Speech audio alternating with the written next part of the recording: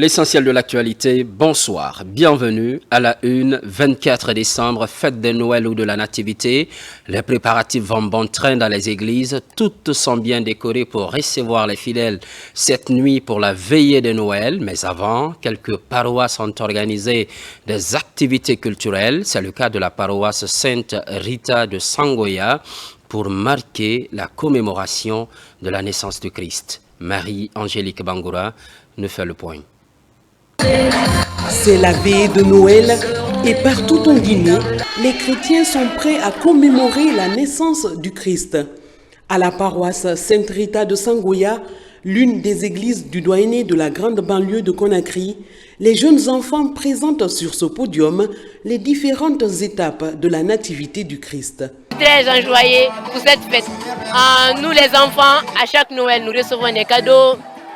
Nous sommes dans la joie, nous fêtons, nous mangeons, nous dansons et aussi nos responsables nous traitent bien. Nous voulons dire à tous les enfants que ce n'est pas seulement les grands qui peuvent le faire. Nous aussi les enfants, nous pouvons passer devant tout le monde. Nous pouvons aussi prester. Ce n'est pas seulement les grands.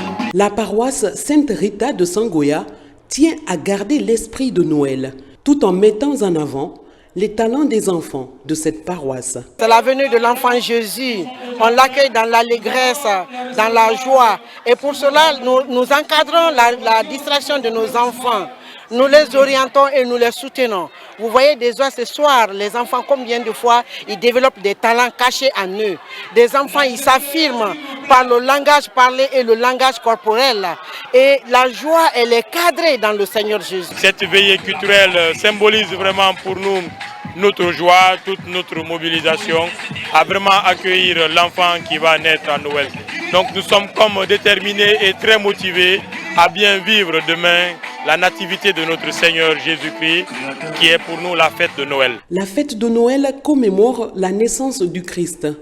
Ce 24 décembre soir, les fidèles seront au rendez-vous pour la veillée de Noël, où retentiront les beaux chants de Noël pour rendre tous les honneurs au Christ Jésus. Autre fait marquant de l'actualité, Semaine nationale de la sécurité routière.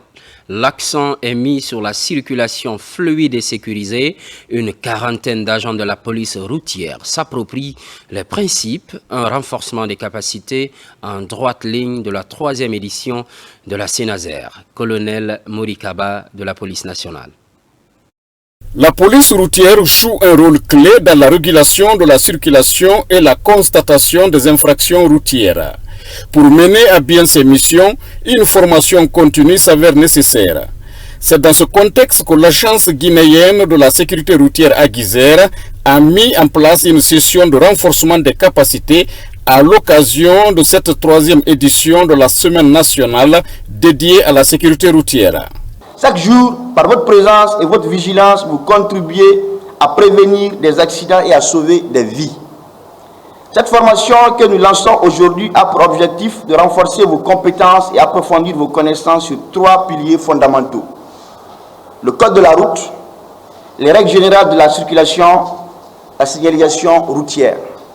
Ces outils sont essentiels pour vous permettre d'accomplir vos missions avec encore plus d'efficacité et de professionnalisme. Nous savons que les défis sont nombreux sur le terrain, mais avec des policiers bien formés et engagés, nous pouvons réduire considérablement le nombre d'accidents et améliorer la sécurité de tous. Ce que vous apprendrez ici renforcera votre capacité à intervenir de manière juste et rigoureuse. Pour la Direction générale de la police nationale, cette formation est une avancée significative qui renforce les capacités opérationnelles des agents et les rend plus aptes à faire respecter les règles de la circulation. Cette formation, fruit d'un partenariat exemplaire avec la Guizère, représente une opportunité unique de renforcer les compétences techniques et pédagogiques de nos agents.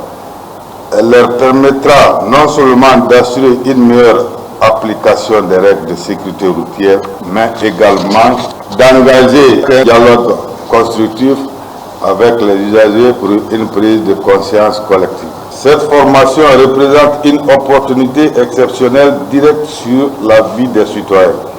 Restez concentrés, Engagez-vous pleinement et n'oubliez jamais que votre vigilance et votre professionnalisme peuvent faire toute la différence.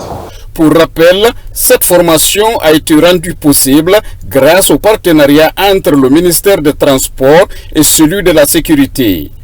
Un effort conjoint qui témoigne de l'engagement des autorités à rendre les routes guinéennes plus sûres pour tous. Par ailleurs, promotion de la paix, on prend la route de Boké, précisément d'Abankou. La localité, à travers ses fils, s'investit dans le renforcement du vivre ensemble. La lecture du Saint-Coran est initiée, des prières sont faites également. Marwan Kamara, confirmation.